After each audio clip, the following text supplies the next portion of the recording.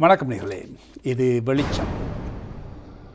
The signing today of two agreements relating to combating international terrorism and drug trafficking and illegal trafficking in persons and double taxation avoidance agreement has further strengthened the framework of our close cooperation. We are working on setting up of a special economic zone in Trincomalee and pharmaceutical and textiles cluster elsewhere in Sri Lanka. In my separate discussions with the Foreign Minister, I have referred to the need for continued dialogue between Government of Sri Lanka and the representatives of Sri Lankan Tamil community with a view towards ensuring a future for the Tamil community that is marked by equality, dignity, justice and self-respect. All features are highly respected by Sri Lanka. We hope that there will be early progress on a meaningful devolution, building upon the 13th Amendment and leading to national reconciliation. இன்றைய வெளிச்சத்தில் வழக்கம் போல இலங்கை நிலவரம். இன்றும் எங்களோடு திரு நக்கீரன் தங்கவேலு ஐயா அவர்களும் திரு ராஜ் சுப்பிரமணியம் அவர்களும் கலந்து கொண்டார்கள். இருவருக்கும் வணக்கம். வணக்கம். நாங்கள் வழக்கம் போல என்று சொல்கின்ற பொழுது எங்களுக்கு தாய்நிலத்தை பொறுத்தவரையில் வழக்கமாக எங்களுக்கு கண்ணுக்கு முன்னால் இருப்பது TNA, தமிழர் தேசிய கூட்டமைப்பு. தமிழர் தேசிய கூட்டமைப்பினுடைய கடந்த நாட்களாக அவர்களுடைய நகர்வுகளை பார்க்கின்ற பொழுது ஈழத்தில் அதாவது அந்த அரசியல் தீர்வுக்கான ஒரு முஸ்தீபு, ஒரு முயற்சி பல கண்டங்களிலும் நடக்கிறது போன்ற ஒரு காட்சி தெரிகிறது. அதனுடைய ஒரு விளைவாக 27ஆம் தேதி ஜனவரி மாதம் தமிழர் தேசிய கூட்டமைப்பு தென்னாப்பிரிக்காவுக்கு பயணம் செய்வதாக இருக்கின்றது என்ற செய்தி வந்திருக்கின்றது. அதனுடைய பின்னணி ஏதாவது இருக்கும்? நீங்கள் தமிழ் தேசிய கூட்டமைப்பினுடைய முக்கிய உறுப்பினராக இருக்கின்றவர், அந்த வகையில் உங்களுக்கு ஏதாவது உட்செய்திகள் தெரியுமா? உங்களை போலவே எனக்கும் பத்திரிகைகளில் படித்த செய்தி தான் தெரியும். மேலதிகமாக சொல்ல வேணும்னு சொன்னால் அந்த மாநாட்டுக்கு திரு சம்பந்தர் ஐயாவும் மற்றது திரு சுமந்திரன் அவர்களும் போகிறார்கள். இவர்கள் அங்கே போகிறபடியால் 27ஆம் தேதி அதே நாட்களில் இங்கே ஜெர்மனியில் நடக்கிற அந்த பேர்கர் ஃபவுண்டேஷன் அந்த கூட்டத்துக்கு வேறு உறுப்பினர்கள் போகிறார்கள். தமிழ் தேசிய கூட்டமைப்பு நினைக்கிறேன் மாவசிநாத ராஜா பிரேமச்சந்திரன், சுரேஷ் பிரேமச்சந்திரன் இவர்கள் போகக்கூடும். உங்களுக்கு தெரியும், தென்னாப்பிரிக்கா அண்மை காலமாக அல்லது நீண்ட காலமாக அவர்கள் இந்த இலங்கையினுடைய இன சிக்கலில் கரசனையோடு இருந்திருக்கிறார்கள். உங்களுக்கு நினைவிருக்கலாம், தென்னாப்பிரிக்க அமைச்சர் ஒருவர், அவருடைய பேர் இப்ராஹிம் நினைக்கிறேன். அவர் ஒரு முறை இங்கே போய் இலங்கையில் ஸ்ரீலங்கா அமைச்சர்களோடு எல்லாம் பேசியிருக்கிறார். இவரோட பேசினதாகவும் எனக்கு நினைவிருக்கிறது. அது மஹிந்த ராஜபக்ச ஜனாதிபதி ராஜபக்சோட பேசினதாகவும் எனக்கு நினைவிருக்கிறது. அவர்களுக்கு இதில் ஒரு அக்கறை இருக்குது, இந்த சிக்கலை தீர்த்து வைக்கணும்னு சொல்லி அவருடைய அந்த ஒரு முயற்சியில் இது ஒரு கட்டம். இவர்கள் அங்கே போய் அவர்களை சந்திக்க நோர்வேனுடைய அவருடைய பங்கை இப்பொழுது சவுத் ஆப்பிரிக்கா வகிக்கிறது, தென்னாப்பிரிக்கா வகிக்கிறது. உங்களுக்கு தெரியும், தென்னாப்பிரிக்கா நிறைய அவர்கள் ஸ்ரீலங்கா சார்பான நாடு. இந்த பொதுநல அந்த மாநாட்டை இலங்கையில் வைக்கணும்னதில் அவர்கள்லாம் அதை முன்மொழிந்து அவர்கள்லாம் அதை விடாப்பிடியாக நின்றவர்கள். அப்போது சில எதிர்ப்பு இருந்த பொழுது தென்னாப்பிரிக்கா தான் ஸ்ரீலங்கா சார்பாக அந்த அந்த அதை வாதாடி அந்த இடத்துல தான் அடுத்த மாநாடு சொல்லி அவர்களால். அது என்ன காரணமாக இருக்கும்? அது என்ன அதனால் இல்லை தீமைகளாக ஏற்படும் ஒன்று நினைக்கிறேன். அவர்கள் எல்லாம் இந்த இந்த அமைப்பிலையும் இருக்கிறார்கள். அதாவது நான் அலைன்மெண்ட் மூவ்மெண்ட் அந்த அதுலேயும் இவர்கள் ஆப்பிரிக்காவும் இருக்குது, ஸ்ரீலங்காவும் இருக்குது, இந்தியாவும் இருக்குது. அதை விட ஒருவேளை இந்தியா தங்களுக்கு இது கொஞ்சம் சூடான ஒரு விஷயம், அதனுடைய அதை தென்னாப்பிரிக்கா கையாளலாம்னு சொல்லி அவர்கள் அப்படியும் நினைச்சிருக்க. ஜெனீவாவில் நடந்த வாக்கெடுப்பில் கூட தென்னாப்பிரிக்கா சார்பாக தான் வாக்களித்திருந்தது. இப்பொழுது நக்கீரனையா அவர் சொன்னது போல் இந்த பேர்கர் ஃபவுண்டேஷன் என்று சொல்லி ஜெர்மனியில் இருக்கின்ற ஒரு அமைப்பு, அது இப்படியான கூட்டங்களை அதாவது சந்திப்புகளை ஒழுங்கு செய்திருக்கின்றது என்று சொல்லியும் முதல் ஒரு கூட்டம் நடைபெற்றதாகவும் அதில் தமிழர் தேசிய கூட்டமைப்பு நாடு கடந்த தமிழ் அரசு மற்ற குளோபல் தமிழ் ஃபோரம் போன்ற அமைப்புகள் சந்தித்தாக ஒரு செய்தி ஒன்று வந்தது. அதை பற்றி தகவல் தெரியுமா? நிச்சயமாக என்று சொல்லி சொன்னால் இந்த ஒரு இடைக்கால ஒரு திட்டத்தை ஏற்றுக்கொள்வதற்கான ஒரு அதை பிடித்து பார்ப்பதற்காக புலம்பெயர்ந்த தமிழர்களுடைய அமைப்புகளை கூப்பிட்டிருந்தார்கள். அதிலுடைய சர்வதேசத்தில் இருக்கக்கூடிய மக்களவையைச் சேர்ந்த பிரதிநிதிகளும் மற்றது தமிழர் தேசிய மக்கள் முன்னணியைச் சேர்ந்தவர்களும் தமிழர் தேசிய கூட்டமைப்பினரும் நாடு கடந்த அரசாங்கத்தின் உறுப்பினர்களும் பங்கெடுத்திருக்கிறார்கள். அது என்ன மாதிரி என்று சொல்லி சொன்னால் இடைக்கால சொல்யூஷனை ஏற்றுக்கொண்டு எவ்வாறான செயற்பாடுகளை செய்ய வேண்டும் என்று சொல்லி. இதை யார் முன்மொழிந்தது இந்த இடைக்கால தீர்வுகளை? இலங்கை அரசாங்கமா அல்லது ஒரு தென்னாப்பிரிக்கா போன்ற மூன்றாவது தரப்பா? தென்னாப்பிரிக்கா போன்ற நாடுகள் மூலம் முன்வைக்கப்பட்ட ஒரு இது, அதாவது உலக நாடுகளுடைய ஆதரவை பெற்றுக்கொண்டு அந்த ஒரு இடைக்கால தீர்வை ஏற்றுக்கொள்கிற மாதிரியான ஒரு கலந்துரையாடல் தான் அது.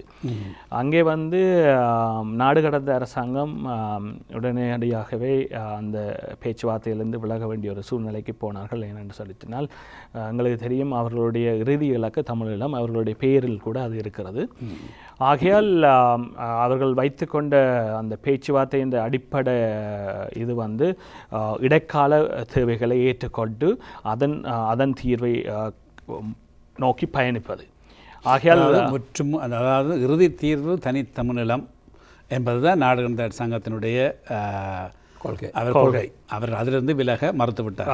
நிச்சயமாக. ஏனென்றால் அது அவர்களுடைய நிலைப்பாடும் வரவேற்கத்தக்கது ஒன்று. ஏனென்று சொல்லி சொன்னால் அவர்கள் இது ஒரு இரட்டை குழாய் துப்பாக்கி மாதிரி, அதாவது ஒரு சிலர் இடைக்கால தீர்வை பற்றி தீர்மானித்தாக வேண்டும், அதே நேரம் இறுதி இலக்கை நோக்கிய பயணமும் இருக்க வேண்டும். ஏனென்று சொல்லி சொன்னால் உங்களுக்கு தெரியும், இப்போது முழு இலங்கையுமே சிங்கள அரசாங்கம் பிடித்து வைத்திருக்கிறது. அங்கே சிங்களமயமாக்க நடந்து கொண்டிருக்கிறது அதிவேகமாக. முன் எப்போதும் இல்லாத வேகத்தில் பாடசாலைகளில் சிங்களம் புகுத்தப்படுகிறது. ஆசிரியர்கள் இராணுவங்கள் உள்ளே செல்கிறது. கலாச்சார சீரழிவுகள் மிகவும் அதிவேகமாக நடந்து கொண்டிருக்கிறது. இழந்த இந்த போராட்ட வலுக்களை சுமந்த எமது மக்களுக்கு இன்னும் அடிப்படை வசதிகள் செய்து கொடுக்கப்படவில்லை. இத்தனை விடயங்களையும் உள்ளடக்கக்கூடிய ஒரு தீர்வு எங்களுக்கு இப்போது அவசியமானதும் அவசரமானதும் இருக்கிறது. ஆகையால் நாம் தமிழீழத்துக்கான பயணத்தில் பயணிப்பது ஒரு புறம் இருக்க, மற்ற பயணம் இவ்வாறு செயற்படுகிற போதுதான் அங்கே போவதற்கு மக்கள் தயாராக இருப்பார்கள். நாம் இப்போது அந்த தீர்வு இல்லை என்று கைவிரித்து விட்டால் இந்த உலக நாடுகள் இருந்து கதைப்பதற்கு அவர்களோடு இருந்து கதைப்பதற்கு யாரும் இல்லை. ஆகையால் நாம் ஒன்றை புரிந்து கொள்ளவும், தமிழீழ நாடு கடந்த அரசாங்கம் செய்கிறதும் சரி, இடைக்கால தீர்வுகள் சார்பாக பேச்சுவார்த்தையில் ஈடுபடுகிற ஒரு திட்டமும் சரி. ஏனென்றால் இரண்டுமே மக்களை நோக்கிய தமிழ் மக்களுடைய நிலையை மாற்றுகிற ஒரு திட்டமாகத்தான் இருக்கிறது. அந்த அடிப்படையில் தான் நான் நினைக்கிறேன் நாடு கடந்த அரசாங்கம் பங்கெடுக்க முடியவில்லை. ஏனென்றால் அது உடனடியாகவே தெரியும், அந்த இடைக்கால தீர்வுக்கும் தமிழீழத்துக்கும் அது சார்பாக இருக்காது. ஆனால் பராசரமான ஒரு இரட்டை தத்துவம், அந்த குட் காப் பேட் காப் போன்ற ஒரு விடயத்தை அங்கு செய்து கொண்டு போகின்ற பொழுது சில வேளைகளில் இதில் ஏதாவது ஒன்று சரி வந்தாலும் கூட தமிழ் மக்களுக்கு ஓரளவுக்கு ஒரு நீங்கள் சொன்னது ஒரு நிவாரணம், இடைக்கால நிவாரணம் ஒன்று கட்டாயம். அதாவது இப்போது எங்களோட இனத்துக்கான இப்போது எங்களுக்கு ஒரு கட்டமைப்பும் இல்லை, ஒன்றுமே இல்லை, எதுவும் நடக்கலாம். ஒவ்வொரு நாளும் எங்களுக்கு செய்திகள் ஒரு துன்ப சார்பான செய்திகளாகத்தான் வந்து கொண்டிருக்கு தாயத்திலிருந்து. ஆகையால் இப்போது இருக்கக்கூடிய இந்த மொமெண்டத்தை பயன்படுத்தி கொண்டு போர்க்குற்றத்தின் விசாரணை என்ற ஹீட் இருக்கிறது, அதையும் பயன்படுத்தி கொண்டு இடைக்கால தீர்வை முன்வைத்து கொண்டு. ஏனென்றால் எங்களுக்கு தெரியும், அந்த திட்டங்கள் எப்போதும் விடுதலை புலிகள் கால பகுதியிலும் முன்வைக்கப்பட்டது.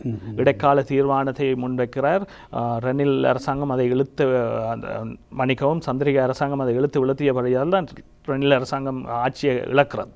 ஆகையால் நாம் அதை ஏற்றுக்கொண்டு ரெண்டு பாதையில் பயணிக்கிறது, அவ்வளவுதான் இங்கே இருக்கிறதுன்னு நான் நினைக்கிறேன். இப்போ இந்த மாநாடு நீங்கள் சொன்னது போல் ஜனவரி 26, 27ஆம் தேதி 27ஆம் தேதி இவர்கள் சவுதி அரேபியாவுக்கு போகின்றார்கள், சம்பந்தனும் சுமந்திரனும். அப்போ மற்ற அங்கு சந்திக்க இருக்கின்ற அமைப்புகள் எதுவாக இருக்கும்? நிச்சயமாக டிஜிடி இல்லை, அதாவது அனைத்துலக தமிழர் பேரவை அது நிச்சயமாக அதெல்லாம் அதை ஒழுங்குபடுத்துகிறார்கள் நடக்குது. டிஎன்ஏக்கு வெறுமனே அழைப்பு தான் நாங்கள் போயிருக்கிறது, அதனுடைய தான் நாங்கள் அதில் கலந்து கொள்கிறார்கள். நீங்கள் சற்று முன் சொன்னது போல் இன்றைய உலக ஒழுங்கில் வந்து நாங்கள் தமிழீழம்தான் முடிந்த முடியும்னு சொல்லி அங்கே பேச முடியாது. அது இந்த பேச முடியாதுன்னு சொல்கிறீர்களா, இல்லை பேசுவதான் பலன்கள் எதுவும் இருக்கு? அதாவது இந்த உலக அரங்கில் நாடுகளோட பேச முடியாது. எங்களுக்குள்ள நாங்கள் பேசிக்கொள்ளலாம், எங்களுக்குள்ள அது நல்லபடியாக பேசிக்கொள்ளலாம். அதுதான் எங்களுடைய முடிந்து முடியும்னு சொல்லலாம். தமிழரின் தாயம் தமிழ் தாகம் வந்து தமிழ். ஆனால் ஒரு பிராக்மேட்டிக், அதாவது வந்து ஒரு யதார்த்தமான உலக ஒழுங்கிலே அதை நாங்கள் கொண்டு போய் எந்த ஒரு அரசுக்கு முன்னாலேயோ அல்லது எந்த ஒரு மனித உரிமை, உதாரணமாக இன்டர்நேஷனல் கிரைசிஸ் குரூப் அது போன்ற அமைப்புகளுக்கு முன்னாலே அதை சொல்லிடாது, அவர்களை ஏற்றுக்கொள்ள மாட்டார்கள். அவர்களும் இப்போ எங்களுடைய ஒரு தீர்வுக்கான பயணத்தில் மூன்றாவது தரப்புன்னு சொல்லப்படுகிறவருடைய பங்குகளும் வந்து எங்களுக்கு மிக முக்கியமானது. இப்போ ஐசிஜி மாதிரி, இன்டர்நேஷனல் கிரைசிஸ் குரூப் மாதிரி அமைப்புகள் வந்து அதனுடைய மற்றது இந்த அதாவது வந்து புத்தகம் எழுதியிருந்தார் still counting dead, Frances Harrison போன்றவருடைய இவருடைய பங்களிப்புகளும் வந்து தேவை. ஆனால் அவர்கள் சில வேளைகளில் இந்த நடந்து முடிந்த விடயங்களை விவரிக்கின்ற பொழுது விடுதலை புலிகளின் மீது சில குற்றங்களை அது வேண்டுமென்றோ அல்லது ஒரு சமநிலை தேவையோ கருதியோ அவர்கள் அதை சொல்லுகின்றார்கள். அப்பொழுது இப்போ உதாரணத்துக்கு இந்த கூட்டம் நடக்கின்றது, இங்கு மனித உரிமை சம்பந்தப்பட்ட விடயங்களில் வந்து ஒரு தென்னிலங்கை அரசை, இராணுவத்தை விமர்சிக்க வேண்டிய ஒரு கட்டாயத்துக்குள்ளே இந்த மூன்றாவது தரப்பு தள்ளப்படுகின்ற வைப்போம். இப்போ அந்த நேரம் அவர்கள் வந்து விடுதலை புலிகளும் இந்த இதே குற்றங்களை செய்திருக்கிறார்கள் தானே என்று சொன்னால், இந்த எங்களுடைய சார்ந்த அமைப்புகள் வந்து வெளிநடப்பு செய்ய வேண்டுமா அல்லது அது நடந்தது தான் என்று ஏற்றுக்கொண்டு அடுத்த கட்டத்துக்கு போக வேணும்? இப்படியான ஒரு சிக்கலான நிலைமைகள் வராதுன்னு நினைக்கிறீர்களா? இதில் ஒரு சிக்கலும் ஒரு எங்களுக்கு ஒரு பிரச்சனையான விடயமாக இருக்கிறது. எங்களுக்கு தெரிகிறது, அதாவது விடுதலை புலிகள் மக்களை பகடைக்காய்களாக பயன்படுத்திய ஒரு குற்றச்சாட்டு வைக்கப்படுகிறது. ஆனால் அதே நேரம் கடைசி நேரத்திலே உறுப்பினர்களுடைய குடும்ப உறுப்பினர்கள், அதாவது விடுதலை புலிகளுடைய குடும்ப உறுப்பினர்கள் தான் கடைசி மட்டும் இருந்த என்ற ஒரு செய்தியும் வருகிறது. ஆகையால் அவர்கள் சொந்த உறுப்பினர்களையே, குடும்ப உறுப்பினர்களே பகடைக்காய்களாக வைத்து இருப்பார்கள் என்பது ஏற்றுக்கொள்ளக்கூடிய விடயம் இல்லை. ஆனால் உலக விசாரணைக்கு என்று கூப்பிடுகிற போது நாங்கள் ஒரு பக்கத்தில் நின்று கொண்டு கூப்பிட்டால் அப்போதே நாங்கள் அந்த எப்பயும் ஒரு வழக்கு என்பது சரி பிழை ரெண்டுக்கும் வாதிட வேண்டும். அந்த ரீதியில் அவர்களை அழைத்து விட்டு அவர்கள் உலக நாடுகள் உள்ளே வந்து இதை ஆராய்ந்து பார்க்கிற போது உண்மை வெளிப்படலாம் தன்மை இருக்கிறது. ஏனென்றால் அப்போது இவர்கள் சொல்லப்பட்ட எங்களுக்கு வேண்டும் என்ன, இதால் வரக்கூடிய பயன் வெளியே இருந்து ஒரு விசாரணைக்குள்ள உள்ளே வர வேண்டும். அப்போது வருகிற போது உண்மை தானாகவே வந்து விடுகிறது சந்தர்ப்பம் இருக்கிறது. இல்லை, இன்னும் ஒரு முக்கியமான விடயம், அதாவது இந்த தற்கொலை குண்டுதாரிகளை பாவிப்பது, தற்கொலை தாக்குதல் என்பது வந்து விடுதலை புலிகள் தான் முதலாக உலகத்திற்கு அறிமுகப்படுத்திய ஒரு விடயம் இல்லை. கமிகாசி என்ற ஜப்பானியர்கள் வந்து அதை பாவித்தார்கள். அதே போன்று இந்த மக்களை பகடைக்காய்களாக பாவிக்கிறது என்பது கூட மனிதக்கடியமாக பாவிப்பது 2ஆம் உலக யுத்தத்தில் ரஷ்யர்களுடைய விடயங்களில் நடந்திருக்கிறது. எல்லா நாடுகளும் பெரும்பாலாக இவற்றை பாவித்து தான் இருக்கின்றன, ஏதோ ஒரு வகையில் பாவித்து தான் இருக்கின்றன. ஆனாலும் அதுகள் வந்து அப்படி சொல்லி விடுதலை புலிகள் சில வேளைகள் அவர்கள் குடும்பங்கள் இருந்திருக்கலாம் என்பதை எடுத்துக்கணும். சில வேளைகள் அதில் சில உண்மைகள் இருக்கலாம் என்று சொல்லிவிட்டு அடுத்த கட்டத்துக்கு நகர்ந்து எங்களுடைய தேவைகளுக்கான இப்போ நீங்கள் சொன்னீங்கள் இந்த ஒரு இடைக்கால நிவாரணம் என்பதற்கு சில விருப்பமில்லையோ சில விடயங்களை நாங்கள் ஒத்துக்கொண்டு போக வேண்டிய நிலைமை தான் இருக்கின்றது. அந்த வகையில் இப்பொழுது நடக்கின்ற கூட்டத்தில் வந்து இந்த 3 அமைப்பு இப்பொழுது மக்களவையினுடைய சர்வதேச மக்களவை அதில் சார்பாக அந்த மக்களவை நான் நினைக்கிறேன் எவ்வாறு இயங்குதுன்னு சொன்னால், அந்த ஒவ்வொரு நாடுகளிலும் இருக்கக்கூடிய மக்களவையுடைய ஒரு உறுப்பினர் தெரிந்து செய்யப்பட்டு அந்த சர்வதேச மக்களவையில் இருக்கணும். அந்த ரீதியில் நான் அறிகிறேன் கனடாவை சார்ந்திருக்கக்கூடிய மக்களவையை சேர்ந்த ஒருவரும் அந்த பேச்சுவார்த்தையில் ஈடுபடுறது. அவருடைய நிலைப்பாடு எப்படி? அதாவது வந்து இடைக்கால நிவாரணத்துக்கான தேவையை ஒத்துக்கொண்டு போகின்ற ஒரு நிலைமையான இருக்குமா, அல்லது அவர்கள் மனித உரிமைகளை இப்பொழுது அவர்கள் ஒரு முயற்சி எடுத்துக்கிறார்கள், அதாவது வந்து ரெஃபரண்டம் ஒன்று, அதாவது வந்து மக்கள் கணிப்பு, கருத்து கணிப்பு ஒன்றை செய்ய வேண்டும், தென் சூடான் மாதிரி ஒரு கருத்து கணிப்பை செய்ய வேண்டும் என்ற முயற்சியில் வந்து மக்களவை ஒரு ஜெனீவாவில் ஒரு விடயத்தை முன்னெடுத்து வருகின்ற கேள்விப்படுகிறோம். இப்படியான விடயத்தில் அவர்களுடைய நிலைப்பாடு எப்படியாக இருக்கும், அதாவது தனி தமிழீழம் அல்லது இடைக்காலம்? நான் நினைக்கிறேன் இது என்னுடைய தனிப்பட்ட கருத்தை, எப்போதும் நான் இங்கே வந்து கருத்துக்கள் தெரிவிப்பது என்னுடைய தனிப்பட்ட கருத்தாகத்தான் எடுத்துக்கொள்ளப்பட வேண்டும். அந்த ரீதியிலே முதல் நடந்த இந்த பேச்சுவார்த்தை ஏற்கனவே ஒரு சந்தித்திருக்கிறார்கள் ஜெர்மனியில். அந்த அடிப்படையிலே இவர்கள் ஒரு எல்லோருக்குள்ளையும் ஒரு புரிந்துணர்வுக்குள் வந்திருக்கிறார்கள். அந்த அடிப்படையில் நான் நினைக்கிறேன் இந்த பேச்சுவார்த்தை நடக்கும். இந்த நாடுகள், மக்களவை நாடுகள் வந்து அந்தந்த நாடுகளிலே பதிவான ஒரு அமைப்பு இந்த நாடுகளில் பதிவாகி இருக்கிறது. ஆகையால் இந்த நாடுகளில் பதிவாகிற போது சில அந்த ஐயா சொன்ன மாதிரி உலக ஒழுங்கோடு செல்லுகிற ஒரு யுக்தியைத்தான் பயன்படுத்துவார்கள். நீங்கள் சொன்ன அந்த ரெஃபரண்டம் கூட அது இன்னொரு ப்ராஜெக்டாக கூட இருக்கலாம். அது ஒரு குறிப்பிட்ட பாதையில் குறிப்பிட்டவர்களால் நகர்த்தி செல்லப்படுகிற ஒரு பாதை. என்னை பொறுத்தவரை அது பிழை என்று நான் சொல்லவில்லை என்றால், பல பகுதிகளிலிருந்து நாங்கள் முயற்சிகளை மேற்கொண்டு போக வேண்டும் என்று சொன்னால் அதான் பல்லெல்லா போய்க்க ஒன்று சில நேரம் பிழைக்கிற நேரம் மற்றது சொல்லுவார்கள், பல கல் அறிந்தால் ஒரு கல்லாவது பிடிக்குமா. நிச்சயமாக ஒவ்வொரு யுக்திகளும் தானே. ஆனால் இப்போ இந்த இடைக்கால தீர்வு என்பது சம்பந்தமாக ஏதாவது அவர்களுடைய மனதில் ஏதாவது திட்டங்கள் இருக்கின்றது உங்களுக்கு? தமிழ் தேசிய கூட்டமைப்பை பொறுத்தளவில் திரு சம்பந்தர் ஐயா சொன்னது போல் ஒன்றுபட்ட இலங்கையில் வடகிழக்கு மாகாணத்துக்கு உச்ச அதிகார பரவலாக்கி தமிழ் மக்கள் தங்களை தாங்களே ஆளக்கூடிய ஒரு சுயாட்சியை திட்டத்தை தான் அவர்கள் இப்போது முன்வைக்கிறார். இந்த கடந்த கூட்டத்தில் அதுதான் முன்வைத்தார். அதுதான் முன்வைக்கிறார்கள். நேற்று கூட அதைத்தான் பேசியிருந்தார். அப்போ அதற்கும் 13ஆம் சட்ட திருத்தத்துக்கும் எந்த விதமான தொடர்பும் ஒன்றும் இல்லை. ஆனால் நாங்கள் வந்து 13ஆம் திருத்தத்துக்கு அப்பால் போய் அதை நடைமுறைப்படுத்த வேண்டும் நாங்கள் சொல்லுகிறோம். உதாரணமாக காணி அதிகாரம், காவல்துறை அதிகாரம், இது ரெண்டுமே அங்கே இருக்குது. ஏற்கனவே வடகிழக்கு இணைப்பு அதெல்லாம் அங்கே இருக்குது. அதை நாங்கள் அமல் செய்ய சொல்கிறோம். ஆனால் அதுக்கு அப்பாலும் போய் தமிழர்கள் வந்து தங்களை தாங்களே ஆளக்கூடிய ஒரு சுயாட்சி அரசியல் திட்டம் வந்து எங்களுக்கு எங்களுடைய குறைந்தபட்ச சமஷ்டின்னு நாங்கள் சொல்ல விரும்ப இல்லை. அந்த சொல்லு வந்து இன்றைக்கு சொல்லாகிவிட்டது. சுயாட்சி என்று சொல்லலாம். எங்களை நாங்களே ஆளுகின்ற அது. ஆனால் என்ன கொண்டு நீங்கள் இதில் கவனிக்க வேண்டும், இந்த ஸ்ரீலங்கா அரசு தானாக முன்வந்து இந்த சிக்கலை தீர்த்து வைக்க வேண்டும் என்ற நம்பிக்கை இப்போ தமிழ் தேசிய கூட்டமைப்பை பொறுத்தளவில் அது இல்லாமல் போய்விட்டது தான் நாங்கள் எடுத்துக்கொள்ளணும். இப்பொழுது இறுதியாக வந்த ஒரு செய்தி ஒன்று, ஜிஎல் பீரிஸ் அவர் சொல்லியிருக்கின்றார், 13ஆம் சட்ட திருத்தத்தை அமுல் செய்வதற்கு அரசாங்கம் தயாராக வந்துவிட்டது. அது அவர் வழக்கம் போல விடுற வானவேடிக்கைகள் ஒன்றா இருக்கும் நினைக்கிறார், அல்லது இப்பொழுது ஏதாவது நகர்வுகள் தென்னிலங்கையில் நடைபெறும் நினைக்கிறேன்? அதாவது ஜிஎல் பீரிஸ் அவர்கள் சொல்கிறது நாங்கள் கணக்கில் எடுத்துக்கொள்கிறார். அவர்கள் வந்து தன்னுடைய பதவியை காப்பாற்றுறதுக்காக அங்கே இருக்கிற ஒரு அமைச்சர், இதே அமைச்சர் தான் 2002ஆம் ஆண்டு யூனியன் ஆஃப் ரீஜன் சொல்லி ஒரு அரசியல் ஜாப்பா இதெல்லாம் தயாரித்தவர். கிட்டத்தட்ட சமஷ்டி அல்லது சமஷ்டிக்கு மேலே யூனியன் ஆஃப் ரீஜன்ஸ், அது வந்து இவரும் நீலந்திரிச்சலும் போன்றவர்களாம் அதை தயாரித்தவர்கள். ஆனால் அப்புறம் இன்றைக்கு வந்து மற்ற அவர் எந்த பக்கமும் அவர் பேசக்கூடியவர். அதனுடைய அவர் பேசுகிறார் என்று வச்சுக்கொண்டு நாங்கள் ஒன்றும் செய்ய முடியாது.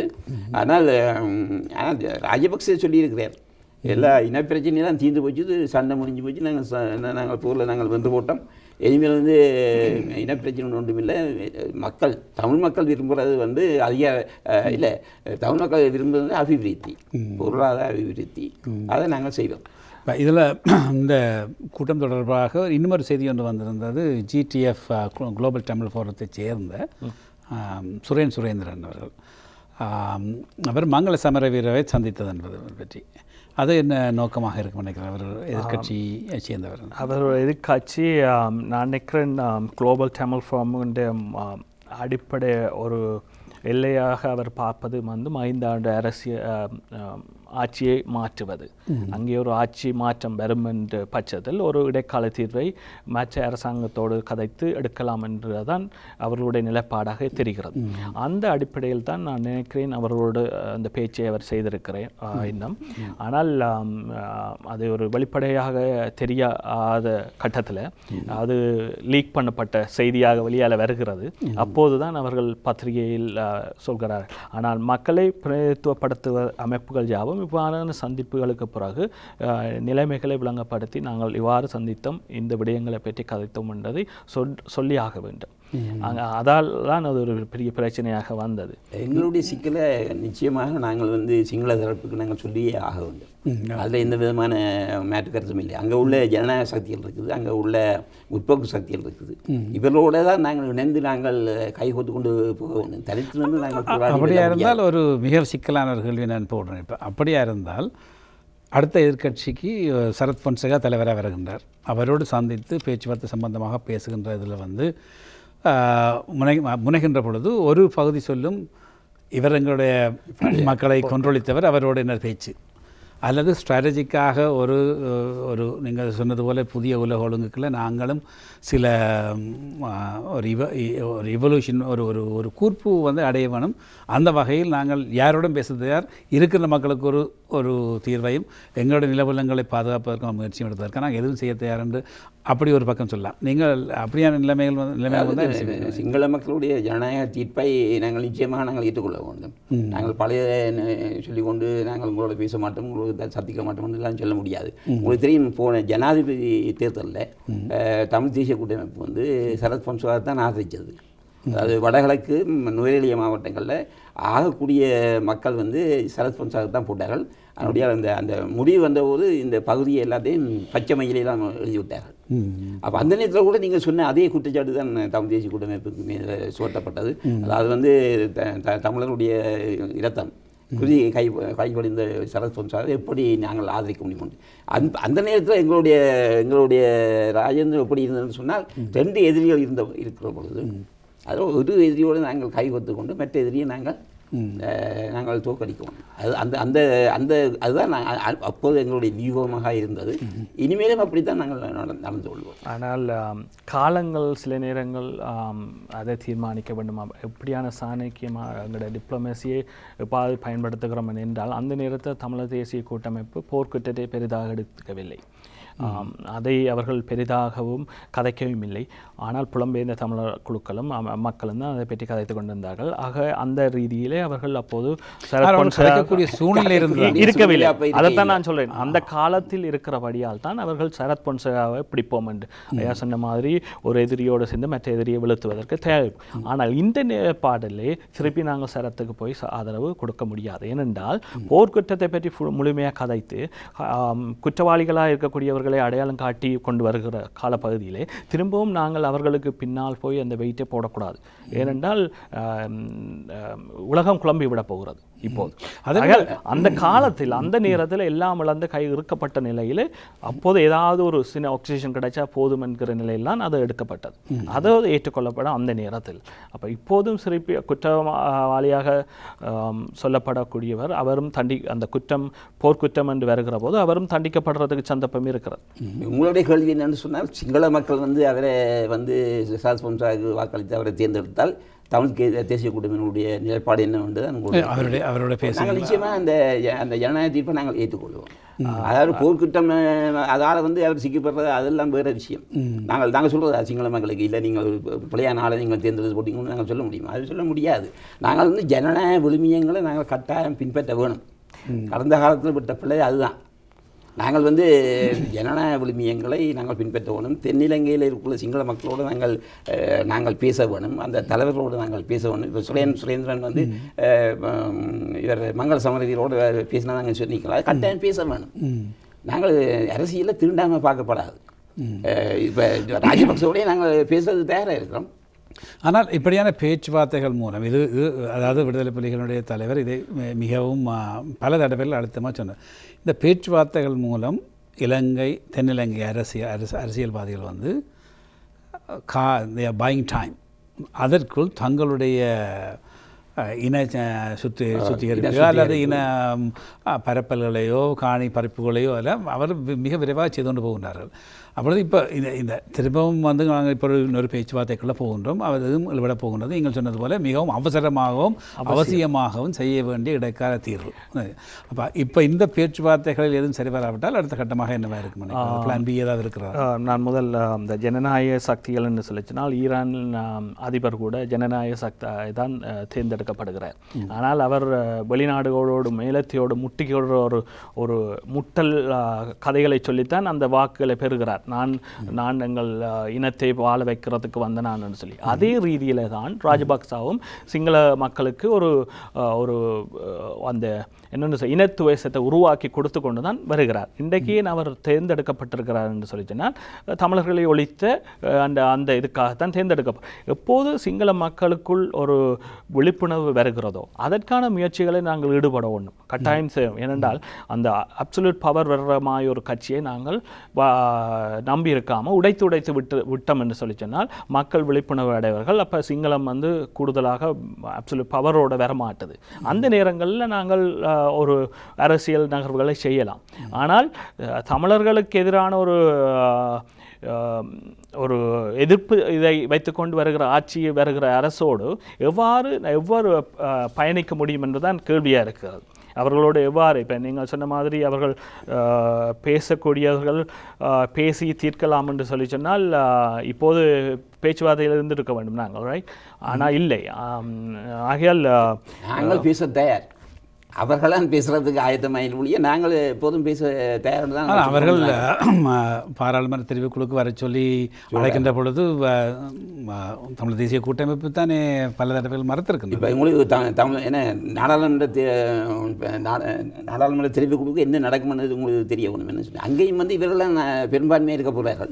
இப்போ ஷானி பண்டானகாண்ட அவையும் இந்த நாடாளுமன்ற தெரிவுக்குழு தான் விசாரித்தது. என்ன நடந்தது? அவர்கள் அந்த ஒரு நீதியரசர், அதாவது இலங்கையினுடைய உச்ச நீதிமன்ற நீதியரசர் ஒரு பெண், அவரை நீ ஒரு விசரி என்று கூட அங்கே அவருக்கு சொல்லி வச்சிருக்காரு, அவரை கூப்பிட்டுருக்காரு. இப்போ ஒரு ஃபிலிப் சைடை பார்த்தவன்னு சொன்னால் இதில் ஒரு நாடாளுமன்ற தெரிவுக்குழுவுக்கு ஒரு பிரதம நீதியரசரை விலக்குகின்ற அளவுக்கு ஒரு அதிகாரத்தை இந்த பாராளுமன்றம் கொடுத்துருக்கிறது. அதே மாதிரி அதே பாராளுமன்ற தெரிவுக்குழு தமிழருக்கான தீர்ப்பை தரப்போகிறோம் என்று சொன்னால் அதை புறக்கணிப்பதில் வந்து நியாயம் இருக்கிறது. அதைத்தான் நாங்கள் சொல்கிறோம். நாங்கள் இங்கே வேற தயார். இதுவரை காலமும் நாங்கள் சொல்லி வந்தோம். இப்போ வந்து அரசாங்கத்துக்கு வந்து தமிழ் தேசிய கூட்டமைப்போட பேச்சுவார்த்தை நடத்தணும் அந்த எண்ணமே இல்லை போல இருக்குது. ஆனால் அதுக்கு முன்பு நாங்கள் என்ன சொல்லணும்னு சொன்னால், நாங்கள் இருதரப்பும் பேச்சுவார்த்தை நடத்தி, அதாவது ஸ்ரீலங்கா சுதந்திர கட்சி அங்கே அந்த பக்கம் இங்கே தமிழ் தேசிய கூட்டமைப்பு 2 பேரும் நாங்கள் ஒரு மேடையில் ஒரு மேசையில் இருந்து நாங்கள் தண்டி குறைந்தபட்ச அரசியல் தீர்வுக்கான திட்டத்தை நாங்கள் வரைந்து கொண்டு அதை கொண்டு போய் நாங்கள் இந்த தெரிவுக்குழுக்கு முன் வைத்து அதை நாங்கள் நிறைவேற்றுவா நீங்கள் தயார். அதுக்கு தான் நாங்கள் சொன்ன மொழியை நாங்கள் முட்டாக நாங்கள் இந்த தெரிவுக்குழுக்கு வரமாட்டோம்னு நாங்கள் சொல்லி. நீங்கள் இன்னொரு நீங்கள் சொன்னீங்க, இப்போ இந்த தெரிவுக்குழு வந்து இந்த நீதியரசரை அகற்றி போடணும், அது முற்றிலும் தவறான ஒரு முடிவு. எடுத்த முடிவை பற்றி நான் சொல்லவில்லை, எடுத்த முடிவிற்குரிய அதிகாரத்தை அவர்களுக்கு அதிகாரம் அவர்களுக்கு கிடைத்திருக்கிறது. அதாவது வந்து பாராளுமன்ற தெரிவுக்குழுவில் ஒரு சாதாரணமாக ஒரு நியமனம் பெற்ற எம்பியோ அல்லது மக்களால் தெரியப்பட்ட எம்பியோ, அவர் படித்தவரோ படிக்காதவரோ அவர் எப்படியா இருந்தாலும் அவர்கள் இருந்து ஒரு நாட்டினுடைய மிக முக்கியமான ஒரு அதிகாரத்தை ஒரு 3 தூணன்னு சொல்வார்கள், அந்த ஒரு தூணை அவர்கள் இல்லாதொழிப்பதற்கான அதிகாரம் அவர்களுக்கு கொடுக்கப்படுதுன்னு சொன்னால் ஒரு நாட்டினுடைய தலைவியை தீர்மானிக்கின்ற பெரியொரு இனப்பிரச்சனைக்கான தீர்வை வந்து அவர்கள் செய்யக்கூடிய அதிகாரம் இருக்கிறது. ஆனால் செய்வார்களான்றது வேறு விஷயம், ஆனால் இருக்கிறதுன்றது நான் சொல்ல வந்தேன். அதாவது இலங்கையை பொறுத்தவரை அதாவது இனத்துவசத்தை வைத்து அரசியல் நடக்கிறபடியால் சிங்களம் வந்து இப்படி இனத்துவசத்தை எது கூடுதலாக சொல்கிறதோ அவர்கள் ஆட்சியை பிடிப்பார்கள். ஏனென்றால் சிங்கள வீதாசாரம் கூட. ஆகையால் நாங்கள் சொல்லக்கூடாது ஜனநாயகம் அங்கே வந்துவிட்டது, ஜனநாயகத்துக்கு நல்ல உயிர்ப்பு இருக்கிறது. இப்போ நாங்கள் ஒரு பக்கத்திலே சொல்கிறோம் ஜனநாயக சக்திகளோட கதைக்கோணும் என்று. ஆனால் அதே ஜனநாயக சக்தி தான் எங்களோட ஜஸ்டிஸையும் தூக்கி இருக்கு. ஆகையால் அதையும் ஏற்றுக்கொண்டு தான் ஆகணும் என்ற ஜனநாயக சக்தி என்று சொல்கிறோம். ஆகையால் என்ன கேட்டால் இலங்கை வந்து ஒரு ஜனநாயகத்தில் தோற்று போன நாடாகத்தான் நான் பார்க்குறேன். ஆகையால் அவர்கள் தேர்தலில் தேர்ந்தெடுக்கிற மட்டுமே ஒரு அரசியல்வாதியை தீர்மானித்து விடாது. அவர்கள் வெற்றி அடைந்து விட்டார்கள் என்று அப்படி என்றால் ஈரான் கட்டாயம் இப்போது முன்னிலை வைக்க வேண்டும். ஆனால் நாம் ஒன்றை இலங்கையை பொறுத்தவரை அவர்கள் என்னத்தை விதைத்து எதை அறுவடை செய்கிறார்கள் என்று. அது அமெரிக்காவில் ஒரு கருப்பு இனத்தை சேர்ந்தவர்கள் வரலாம், ஏனென்றால் மக்கள் அங்கே இனத்துவசத்தை விட்டு இருக்கிறது, இல்லை என்று சொல்லவில்லை, வந்து விட்டார்கள். ஆனால் இலங்கையில் அப்படி வரப்போவதே இல்லை. இந்த சிராணி பண்டாரநாயக்க அவருடைய பதவி விலக்கம் அது ஒரு சர்ச்சையான விஷயம். அது இலங்கையில் மட்டுமல்ல, உலகம் பூராகவும் ஒரு மேற்கு நாடுகளில் ஒரு அதிர்வலையை ஏற்படுத்திய ஒரு விடயமாகவும் பல உலகத் தலைவர்கள் கனடாவிலிருந்து ஸ்டீவன் ஹாப்பர் அவர்கள் வந்து முதன்மையாக ஒரு எல்லா நாடுகளிலும் ஒப்பிட்டு பார்க்கின்ற பொழுது கனடா வந்து மிகவும் காத்திரமாகவும் காட்டமாகவும் தங்களுடைய எதிர்ப்பை தெரிவித்திருக்கிறது. இந்த விடயத்தில் இது வந்து எவ்வளவு தூரத்துக்கு தென்னிலங்கையினுடைய ஆட்சியை பாதிக்கப் போகின்றது, அதனால் தமிழ் மக்களுக்கு ஏதாவது விமோசனத்தை இதன் மூலம் அல்லது இதை ஆரம்ப புள்ளியாக வைத்து ஏதாவது செய்ய முடியும்னு நினைக்கிறீங்களா? நீங்கள் 2005ஆம் ஆண்டிலிருந்து இன்று வரை கிட்டத்தட்ட 7 ஆண்டுகள் அல்லது 8 ஆண்டுகளை நீங்கள் எடுத்து பார்த்தால் சிங்கள தரப்பில் வந்து எந்த வெடிப்பும் இல்லை. ஒரே நோக்கோடு ஒரே போக்கோடு தான் நாங்கள் இருந்தார்கள். இப்போ தான் முதல் முறையாக சிங்கள சமூகத்தில் மக்களிடையே ஒரு பிளவு, ஒரு வெடிப்பு ஏற்பட்டுக்கிறது. நீங்கள் பார்த்தீங்கன்னு சொன்னால் சிராணி பண்டாரநாயக்கனுடைய அந்த பதவி நீக்கத்தை எல்லாருமே கண்டிச்சிருக்கிறார்கள். அங்கே உள்ள சட்டத்திறனிகள் சங்கம் அவை கண்டிச்சிருக்குது, அங்கே உள்ள மாநாயக்க தேரர்கள் கண்டிச்சிருக்கிறார்கள், அங்கே உள்ள சிவில அமைப்புகள் கண்டிச்சிருக்கிறார்கள், அங்கே உள்ள சமூக அமைப்புகள் சமூக தலைவர்கள் கண்டிச்சிருக்கிறார்கள். எதிர்கட்சிகளும் நான் சொல்ல மாட்டேன், யுஎன்பியும் வாக்களித்திருக்கிறார்கள். ஆனால் அப்போ இந்த நேரத்தை இதை நாங்கள் பயன்படுத்துவோம்.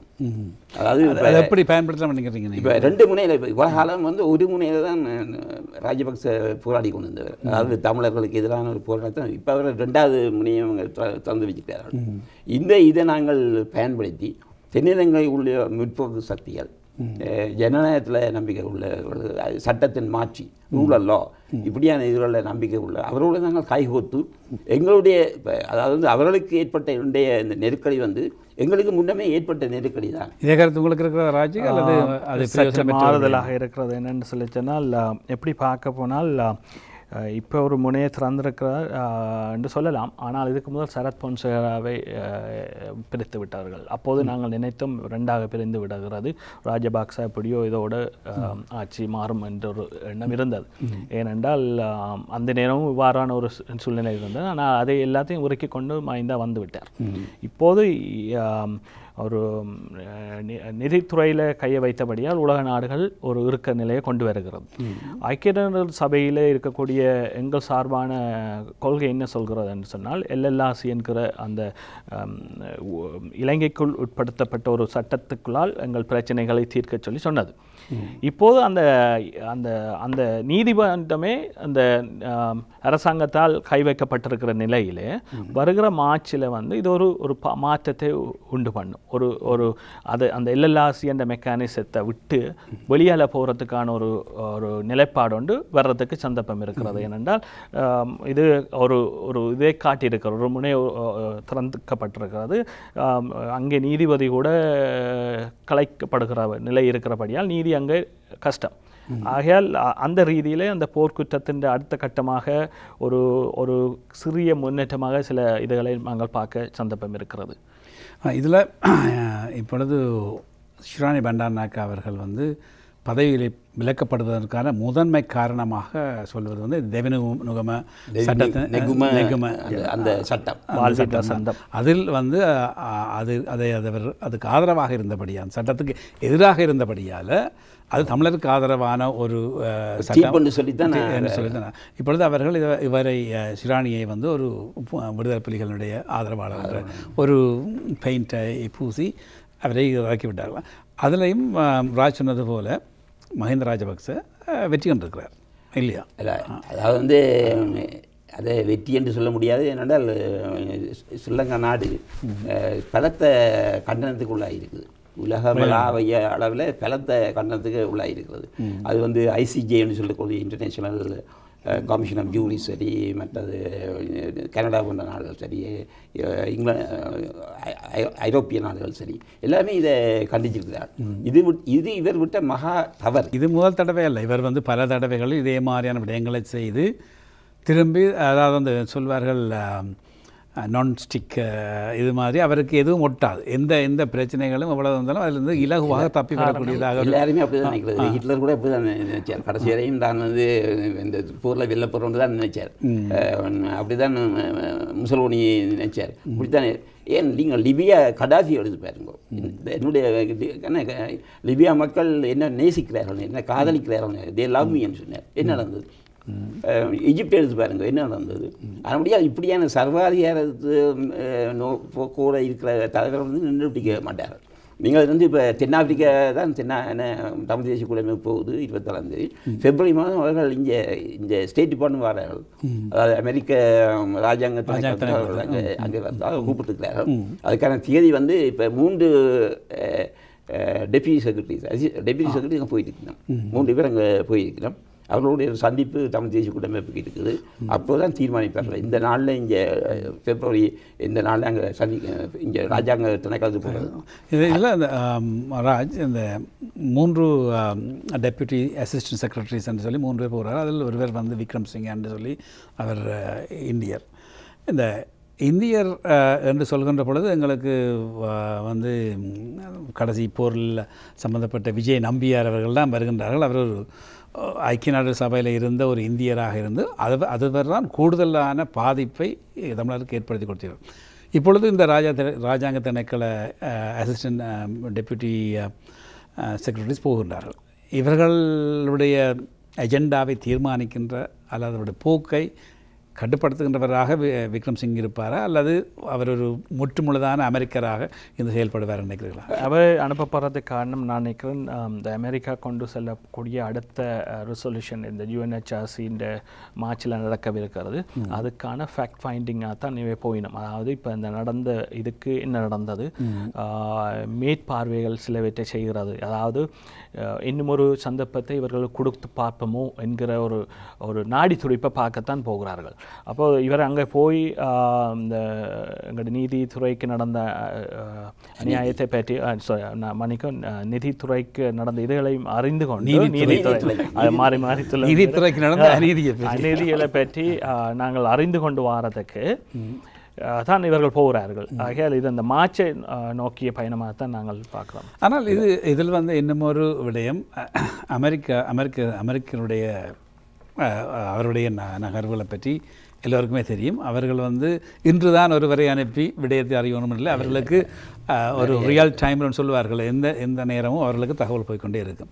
அதே நேரத்தில் அங்கே இருக்கின்ற இப்போ புதிய தூதுவர் சியானோ ஒரு பெண் இருக்கின்றார். அவர் வந்து இப்பொழுது தென்னிலங்கையில் நடந்த ஒரு மாநாட்டில் USAID வந்து 4.3 மில்லியன் அமெரிக்க டாலர்கள் வந்து உதவிகளை தொடர்ந்து செய்கின்றது. அப்பொழுது இவர் எவ்வளவு அங்கே உதவாய் ஒரு பக்கத்தை சொல்கின்றார், நாங்கள் அமெரிக்கா என்ன சொன்னாலும் எங்களுக்கு பரவாயில்லை, நாங்கள் சீனா எங்களுக்கு இருக்கிறதுன்னு சொல்லி அப்படின்னு இவர்கள் கொண்டு போய் உதவிகளை தூக்கி கொடுக்கின்றார்கள். அதே நேரத்தில் ராஜாங்க திணைக்களம் போகின்றது. அது சிலர்களுக்கு அதை பார்க்கின்ற பொழுது மிகவும் அருவருக்கின்ற விடயமாக இருக்கும். ஆனால் அது தான் இந்த புதிய ஒழுங்கினுடைய நடைமுறை. ஒழுங்கில் நீங்கள் வந்து கருப்பு வெள்ளி என்று பார்க்க முடியாது. அதுக்குள்ள சில இடைப்பட்ட இதுகளும் தான் இருக்கிறது. நீங்கள் உங்களுக்கு தெரியும், போன சண்டேல கூட போர்க்காலத்தில் கூட அமெரிக்க ராஜாங்க திணைக்களம் வந்து மனித உரிமை புகழப்பட வேண்டும், இந்த போர் நிறுத்தம் செய்யப்பட வேண்டும் என்று அறிக்கையெல்லாம் விட்டார்கள். அதே நேரத்தில் அதே அமெரிக்க அரசினுடைய டிஃபென்ஸ் மினிஸ்ட்ரி, அதாவது பாதுகாப்பு அமைச்சு அவர்களுக்கு ஆயுதங்கள் கொடுத்து கொண்டிருக்குது. இது எல்லா நாட்டிலையும் நடக்குது. பிரித்தானியும் அப்படி தான் நடந்தது. இந்தியாவில் எங்களுக்காக அவர்கள் பிறந்து பேசி கொண்டிருக்கிறார்கள். அதாவது வெளியுறவு அமைச்சர் வந்து பிறந்து பேசி கொண்டிருக்கிறார்கள். அங்கால பாதுகாப்பு அமைச்சர் வந்து ஆயுதங்களை அள்ளி வழங்கி கொண்டிருக்கிறார்கள். இதில் இந்தியாவினுடைய நகர்வு எப்படி இருக்கிறது இந்த விடயங்களில்? இந்தியா பல பக்கங்களை காட்டி கொண்டிருக்கிறது. இப்போ அமெரிக்கா நீங்கள் கேட்ட கேள்விக்கு நான் என்னுடைய பதில் என்னவென்று சொல்லிச்சனால், ஏன் அமெரிக்கா பொருளாதார தடையை இன்னும் விதிக்கவில்லை இலங்கையை நோக்கி? ஆகையால் அவர்கள் இவ்வாறான உதவிகளை செய்து கொண்டிருக்க போகிறார்கள். ஆனால் இந்தியாவை கேட்டீர்களானால் இந்தியா ஒரு வேடிக்கையாக இருக்கிறது. ஏனென்றால் ஆந்தனி அவர்கள் சொல்கிறார்கள் இலங்கை இராணுவத்துக்கு இப்போதும் பயிற்சி கொடுப்போம் என்று. ஆனால் இங்கால இன்னொரு மந்திரி சொல்கிறார்கள் இலங்கை மக்களுக்கு தமிழ் மக்களுக்கு உரிமைகள் கட்டாயம் கொடுத்தாக வேண்டும். 13வது திருத்த சட்டத்தை திருப்பி எடுத்து அதை சார்பான ஒரு இதை செய்ய சொல்கிறார்கள். என்னை பொறுத்தவரை காங்கிரஸ் கட்சி ஆட்சியில் இருக்கிற மட்டத்தில் எமக்கு சார்பான சில நல்ல திட்டங்கள் வரும் என்பது கேள்விக்குறியாகத்தான் இருக்கும். நாங்கள் மஹிந்த ராஜபக்ச இப்பொழுது மிகவும் துணிச்சலாக இந்த சிராணி பண்டாரநாயக்க விடயத்தில் நடந்து கொண்டார். எல்லா சர்வதேசங்களும் எதிர்த்த போதும் அவர் தன்னுடைய முடிவை தான் சொன்ன மாதிரி எடுத்தார். அவர் தான் சொன்னதை செய்து காட்டுறதால அவர் தென்னிலங்கை மக்கள்கிட்ட இன்னும் ஆதரவை பெற்றுக்கொண்டிருக்கார். நாங்கள் சொல்கிற இந்த இரட்டை குழு துப்பாக்கி விடயம் அவருக்கு தெரியும், இந்தியா இப்படித்தான் சொல்லும், இப்படித்தான் நடக்கும், அமெரிக்கா இப்படித்தான் சொல்லும், இப்படித்தான் நடக்கும். ஆனபடியால் இவர்கள் ஒன்றும் என்னை தொட முடியாது என்ற ஒரு எம்பால்மெண்ட் ஒரு அவருக்கு ஒரு துணிச்சலை இது கொடுக்காத இந்த இப்படியான நகர்வுகள் நிச்சயமாக. என்றால் அதுதான் அவரை இவ்வளவு போர்க்குற்றங்களையும் செய்வதற்கே விட்டது. ஏனென்றால் மேலத்திய நாடுகள் ப்ராசஸ் ஓரியன்ட், என்ன ஒரு விஷயத்தை செய்கிறால் ஆமை வேகத்தில் தான் செய்வார்கள். அதை மிகவும் மெதுவாக செய்கிற போது அதற்குள் அவர்கள் எல்லாத்தையும் செய்து முடித்து விட்டார்கள். அதொன்று. மற்றது ராஜபக்சாக்கு அங்கே சீனா இருக்கிறது. சீனா மற்றும் வேறு நாடுகள் உதவி இருக்கிறபடியால் அவர்கள் இவர்களுடைய கதைகளுக்கு சலசலப்புகளுக்கு அவர் பயப்படுறது மாதிரி தெரியவில்லை. அப்படியா இருந்தால் அவர் அமெரிக்க உதவியையும் இப்பொழுது கூட ஒரு பயிற்சிக்கு சுதானந்த ரணசிங்க என்றவரை அனுப்புவதற்கு முயற்சி எடுத்தபோது அமெரிக்கா அவருக்கு விசா வழங்கவில்லையோ, அவருக்கு அனுமதி கொடுக்கவில்லை. பயிற்சி செய்வதற்கான அனுமதி கொடுக்கவில்லை. அது என்ன போர்க்குற்றம் காரணத்தை காட்டியிருக்கிறார்கள். அப்படி ஒரு பக்கத்தால் அவர்கள் செய்கின்ற போது அது கூட தமிழர்களுக்கு ஒரு வகை மகிழ்ச்சியை கொடுக்கிறது. ஆனால் அடுத்த வகையில் நாங்கள் பொருளாதார உறவை நாங்கள் வலுப்படுத்த வேண்டும், அமெரிக்க இலங்கை உறவை வலுப்படுத்த வேண்டும் சொல்கிறார். இந்தியா திருகோணமலையில் தங்களுடைய புதிய தொழிற்சாலைகளை ஆரம்பிப்பதற்காக இலங்கையோடு கூட்டுறவாக ஒரு வியாபாரங்களை மேம்படுத்துவதற்கான முயற்சிகள் ஈடுபடுகின்றனர். அப்போது இந்த செய்திகள் நாம் வருகின்ற பொழுது நாங்கள் தமிழருக்கான ஒரு தீர்வோ ஒரு விடுதலையோ அண்மித்த நிலையில் இல்லை என்கின்ற ஒரு ஆதங்கம் தான் ஏற்படக்கூடிய இருக்கும் மக்களுக்கு. அதாவது நாங்கள் நாங்களே ஏமாற்றக்கூடாது. கடந்த காலத்தில் அப்படி தான் நாங்கள் ஏமாந்து போனோம். எல்லா நாடுகளும் தங்களுடைய நலங்கள் தான் முதல்வர்களுக்கு. அதை தாண்டி தான் தமிழருடைய சிக்கலை தீர்க்க வேணும்னு சொன்னால் அதை தாண்டி தான் அவர்கள் பெற வேணும். இப்போ நீங்கள் இந்தியாவை எடுத்து பார்த்தால் இந்தியாவுக்கு கிழக்கு பக்கத்தில் சீனா பெரிய ஒரு எதிரியாக இருக்கிறது. இந்தியாவில் மேற்கு பக்கத்தில் பாகிஸ்தான் இருக்குது. அவளுக்கு இப்போ காஷ்மீரில் இப்போ கொஞ்சம் நாளைக்கு முன்னே ஒரு மோதி கொண்டார்கள். அங்கே நேபாளத்தோடு அவர்களுக்கு நல்ல உறவில்லை. இந்த சின்ன குட்டி மாலதீவோட கூட அவருக்கு நல்ல உறவில்லை. மாலதீவுக்கும் ஸ்ரீலங்காவுக்கும் நல்ல உறவு இருக்கிறது. இந்த இதில் இந்தியா என்ன பார்க்குதுன்னு சொன்னால் தனது தெற்கு பிராந்தியத்தில் இருக்கிற ஸ்ரீலங்காவோட மோதக்கூடாது ஒரு அடிப்படை அரசியல் கூடிய அவர்கள் வைத்திருக்கலாம். நீங்கள் பார்த்தீங்கன்னு சொன்னால் ஸ்ரீலங்காவில் ஏராளமான இந்திய முதலீடு எல்லாம் அவர்கள் செய்கிறார்கள். அதாவது இந்தியாவுக்கு முதல் அவர்களுடைய தங்களுடைய அங்கே உள்ள பெரிய இந்த தொழிலதிபர் அவர்களுக்கெல்லாம் முதலீடுகளை அப்படியான முயற்சிகள் நடக்கின்ற பொழுது ராஜேற்கனவே சொன்னது போல மிகவும் விரைவாக தமிழ் தேசங்கள் சிங்களமயப்படுத்தப்பட்டுரும். அல்லது சிங்களமயம் என்று சொல்வதற்கு மட்டுமில்லை, இப்பொழுது இராணுவம் அதை விட மற்ற ஏனைய இனங்களில் பரம்பல் பிரச்சனைகள் இப்பொழுது மட்டக்களப்பில் ஒரு பிரச்சனை எழும்பி இருக்கிறது. ஓட்டமாவடி பிரதேசத்தோடு தமிழ் கிராமங்களை இணைப்பதற்கு இப்படியான முயற்சிகள் நடக்கின்ற பொழுது அது கூட ஒரு வகையில் தமிழருடைய பலத்தை குறைத்து கொண்டு போகின்ற, அதாவது மிக விரைவாக தமிழருடைய அந்த பெரும்பான்மை மட்டக்களப்பு பிரதேசம் மட்டுமே திருகோணமலை யாழ்ப்பாணத்தில் எல்லாத்துலேயுமே குறைக்கப்படுகின்ற ஒரு நகர்வு இருக்கின்றது. அதே நேரத்தில் அரசாங்கம் இன்னொன்று அறிவித்திருக்கின்றது 2000 சிங்கள குடும்பங்களை வன்னியில் கொண்டு போய் குடியேற்றுவதற்கான முயற்சியும் நடைபெறுகின்றது. இது நிற்பாட்டப்பட போவதில் இது அதிவேகமாக நடக்கின்றது. அப்படி இருக்கின்ற பொழுது நாங்கள் தொடர்ந்து வேறு ஏதாவது முயற்சிகள் எடுக்க வேண்டும் என்ற ஒரு நிலைப்பாடு வராது. இது என்ன இப்போ தமிழ் தேசிய கூட்டமைப்பை பொறுத்தவரை சம்பந்தர் ஐயாவை பொறுத்தவரை அவர் நினைக்கிறார் நாங்கள் வந்து அரசாங்கம் நினைக்கிறது தாங்கள் தாமதமாக எதையும் செய்யலாம்னு சொல்லி. ஏன்னா தமிழ் மக்கள் வந்து அவர்களை பொறுத்தளவில் தாமதிக்கிறதுக்கு நேரம் இல்லை. நாங்கள் ஏதாவது ஒரு வழியில் நாங்கள் எங்களுடைய உரிமைகளை வென்றெடுக்கணும். அதுக்காக இளைஞர்கள் எல்லாரும் தயாராக இருக்கணும். அந்த ஒரு இதுக்கு வந்திருக்கிறார். அது வந்து பேச்சுவார்த்தையின் மூலம் இந்த சிக்கலை வந்து அதாவது ஸ்ரீலங்கா அரசோட பேசி இந்த சிக்கலை தீர்க்க முடியாது என்ற ஒரு முடிவுக்கு சம்பந்தப்பட்ட விடுதலை புலிகளின் தலைவரும் வந்து சொல்லியிருந்தார். அப்பொழுது திரும்பவும் பேக் டு ஸ்கொயர் ஒன்னு சொல்வார்கள். அந்த நிலைமைக்கு தானே இவ்வளவு இழப்புக்கு பின்னாலும் ஏன் இவ்வளவு செய்திகளை அறிந்த பின்னும் பேச்சுவார்த்தைகள் குந்த வேண்டுமா என்ற கேள்விகள் இருந்தது தான். ஆனால் உலகத்துக்கு தெரியாது, பழைய விடயங்களை தெரியவில்லை என பார்க்கவும் விருப்பம் இல்லை பின்னால் ஆகையால் தமிழ் தேசிய கூட்டமைப்பு பேச்சுவார்த்தையில் நின்று ஆகிய குறைந்த திட்டங்களை முன்வைத்தது. அதுக்கு கூட இந்த இலங்கை அரசாங்கம் இறங்கி வரவில்லை என்ற உண்மையை சொல்லுறதுக்காகத்தான் இந்த 3 வருடங்கள் போயிருக்கிறது. அது ஒரு காத்திரமான ஒரு செய்தியை உலக நாடுகளுக்கு கொடுத்திருக்கிறது. இன்றைக்கு உலக நாடுகள் எம்மை நோக்கி பார்ப்பதற்கு கூட அது கூட அந்த நாங்கள் எடுத்துக்கொண்ட அது சில நேரம் என்ன கேட்டால் சரி, நான் இந்த நாட்டில் பட்ட துன்பங்கள் மக்களுடைய அனுபவங்களை வைத்து சொல்கிற போது எனக்கு தெரியும் இதால் ஒரு பயனும் இல்லை, இவர்கள் தரப்போவதும் இல்லை. ஆனால் சில விடயங்களை நாங்கள் செய்தாக வேண்டும்.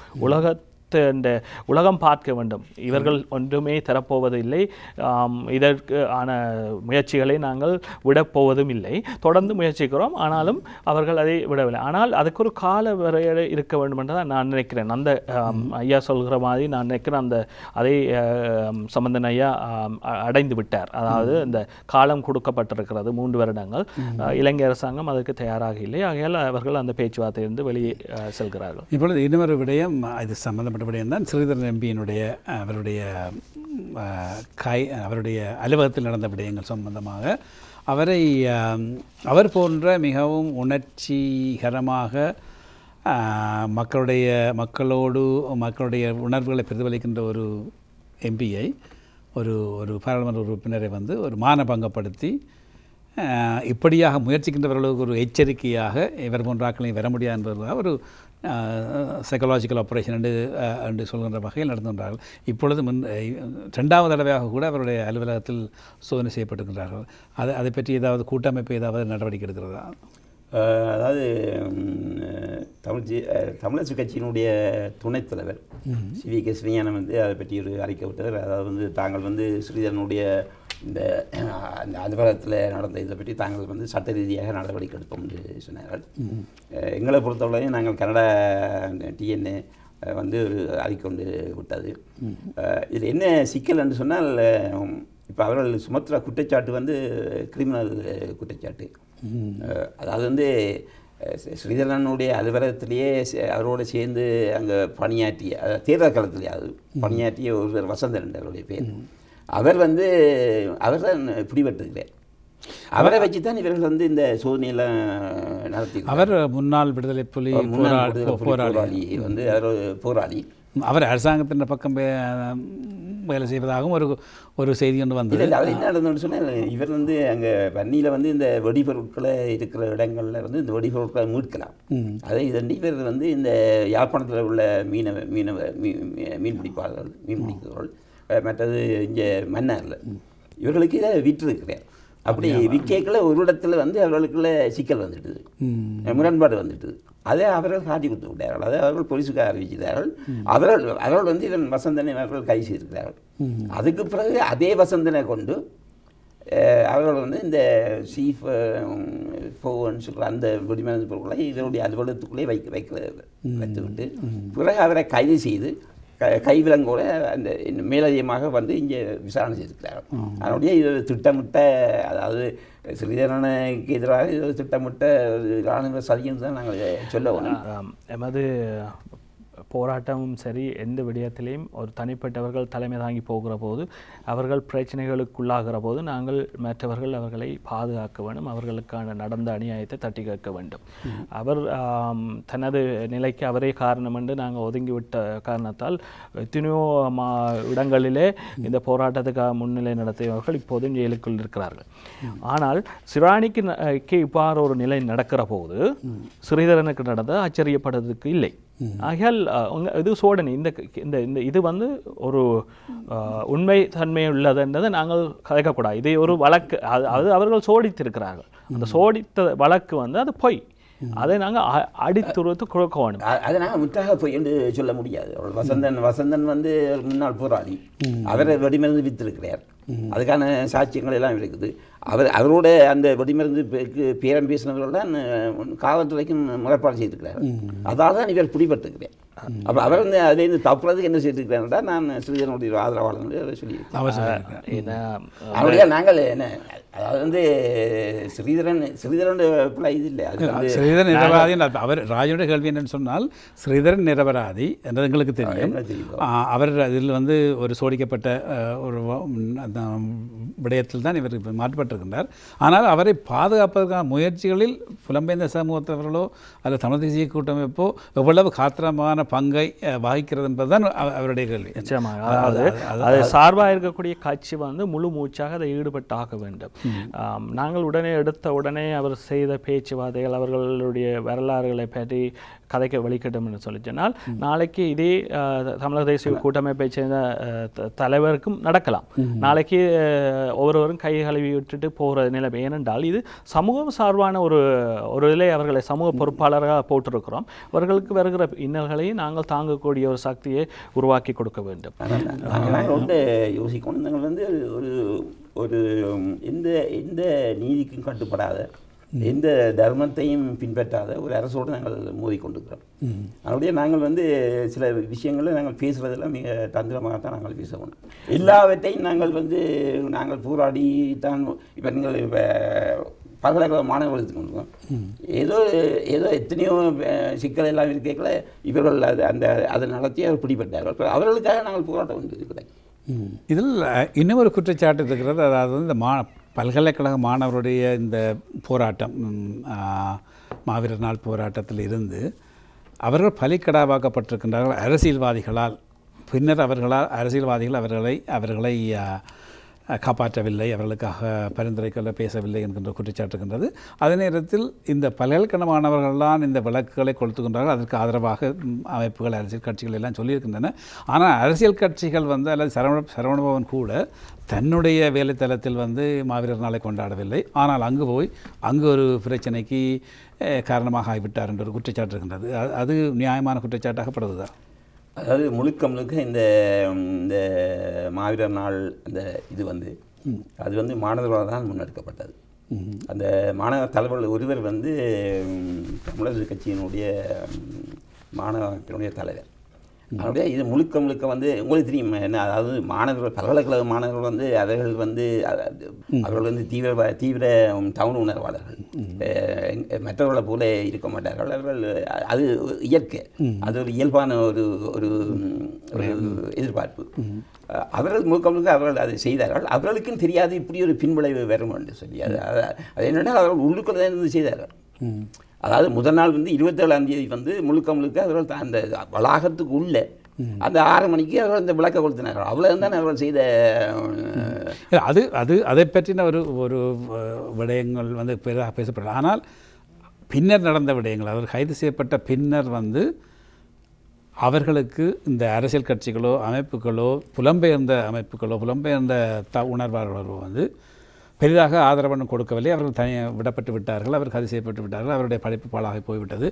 இப்படியான குற்றச்சாட்டுகள் எல்லாம் வருகின்ற பொழுது இவர்களெல்லாம் தூண்டி விட்டுட்டு இவர்கள் ஒதுங்கிவிட்டார்கள் என்ற ஒரு குற்றச்சாட்டு தான் பொதுவாக சில மக்களால் அப்படியான ஒரு கருத்தும் இருக்கப்படும். அது சரியானதான் அவரான் சொல்றாரு, நீங்கள் எல்லாம் தூண்டி விட்டு நீங்கள் அவர்களை தூண்ட வேண்டிய அவசியம் இல்லை. அவர்கள் படித்தவர்கள், அவர்கள் பட்டதாரிகள், பட்ட படிப்பு படிக்கிறவர்கள், அவர்களை யாருமே தூண்ட வேண்டும். நீங்கள் இன்னொரு கல்வி விட்டீங்கள். ஏன் இந்த மற்றவர்கள் ஒரு தினம் தங்களுடைய இந்த சரவணபவன் எல்லாம் தன்னுடைய அங்கே வந்து மாவீரர் விழா கொண்டாடுறதுக்கான சூழ்நிலை இல்லை. இந்த சமீப 2 நாட்களுக்கு முன்னே அங்கே உள்ள இராணுவ அதிகாரி ஒரு பேரை மறந்து போனேன், அவர் சொல்கிறார், தெளிவாக சொல்கிறார், நாங்கள் வந்து விடுதலை புலிகளை யாருமே அவர்களை போற்றவோ அல்ல அவர்களுக்கு தீபம் ஏற்றவோ நாங்கள் விட மாட்டோம். திட்டவட்டமாக சொல்கிறார். இது வந்து அவர் பேச வேண்டிய பேச்சு அல்ல. நீங்கள் கேட்கலாமே, என்ன இராணுவத்துக்கும் இதுக்கும் என்ன தொடர்பு? ஆனால் இதுதான் நாங்கள் உள்ள நிலைமை. இந்த நிலைமையில நாங்கள் போய் அப்படின்னு சொன்னால் நாங்கள் என்ன செய்யணும்னா முன்னமே ஒரு முடிவெடுத்து எல்லா மக்களையும் கேட்டு எல்லா மக்களும் தங்களுடைய வீடுகளில் இப்படி ஒன்று செய்யும் கொண்டு நாங்கள் முன்னமே செய்திருக்கணும். ஆனால் அதுக்கு என்ன பலன் கிடைக்கும்னு எங்களுக்கு தெரியாது. ஏற்கனவே நொந்து போயுள்ள மக்களை நாங்கள் மேலும் அவர்களை சிக்கல்களை மாற்ற தான் முடியும். நான் முதலும் சொன்னான் என்னென்னு சொல்லிச்சுனால் எங்கட மக்கள் இந்த அரசாங்கத்தின் கோர முகத்தை வடிவாக அனுபவித்தவர்கள், துன்பப்பட்டவர்கள், அவர்கள் எவ்வாறான பதில் அடியை தரக்கூடியவர்கள் என்று எங்கள் மக்களுக்கு தெரியும். எவ்வாறான அரசாங்கம் என்பதும் தெரியும். இன்று தமிழர் தேசிய கூட்டமைப்பும் தமிழர் தேசிய மக்கள் முன்னணி ஏதாவது போராட்டங்களை யாழ்ப்பாணத்தில் வெண்ணியில் நடத்துகிற போது ஒரு 50 பேர் மட்டும்தான் நிற்பார்கள். எத்தனை பேரை இழந்திருக்கிறோம், எத்தனை போராளி குடும்பங்கள் இருக்குது. அவர்கள் கூட வந்தாலே நாமல் ஒரு 1000க்கு மேலே மக்களை பார்க்கக்கூடியதாக இருக்குது.